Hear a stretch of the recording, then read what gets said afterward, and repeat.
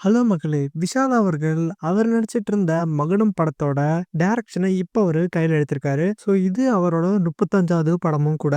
இந்த படத்துல யார் யாரெல்லாம் முக்கிய கதாபாத்திரங்கள் பண்றாங்க அப்படின்னு பார்த்தீங்கன்னா, துஷாரா விஜயன் இந்த படத்துல ஃபீமேல் லீடா பண்றாங்க. அஞ்சலி யோகி பாபு இந்த படத்துல ஒரு ரோல் பண்றாங்க. ஜி பிரகாஷ் அவர்கள் இந்த படத்துக்கு மியூசிக் பண்றாரு.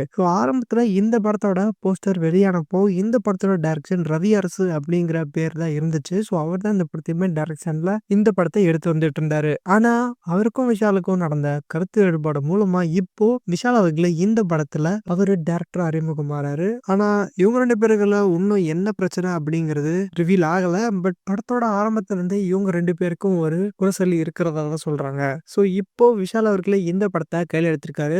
இந்த படத்தோட முக்காவாசி வேலை முடிஞ்சதப்போ விஷாலும் அவரோட ஃபுல் எஃபர்ட்டா போட்டு இந்த படத்தை டைரக்டராவும் மெருகேத்திட்டு இருக்காரு அப்படின்னு சினிமா வட்டாரங்கள சொல்றாங்க. தீபாவளி அனௌன்ஸ்மெண்ட்டா இந்த அனௌன்ஸ்மெண்ட் வந்துச்சு. இதுக்கு விஷால் அவர்கள் ப்ரொடியூசர் ஃபேன்ஸ்க்கு நன்றி தெரிவிக்கிற மூலமா ஒரு போஸ்டர் ரிவீல் பண்ணாரு. போஸ்டர்ல இருக்கிற கெட்டப்ஸ் எல்லாம் பாக்குறப்ப கொஞ்சம் வித்தியாசமா இருக்கு. பட் படம் எப்படி வரப்போகுது அப்படின்னு நமக்கு எந்த ஐடியாவுமே இல்ல. பொறுத்திருந்து பார்ப்போம் விஷால் அவர்கள் தன்னோட டைரக்டர் திறமையை எந்த அளவுக்கு காட்டுறாங்க அப்படின்னு சொல்லி. உங்களுக்கு இந்த படம் மேல என்ன அபிப்பிராயம் இருக்கு அப்படிங்கறத மறக்காம கமெண்ட் பண்ணுங்க. தேங்க்யூ.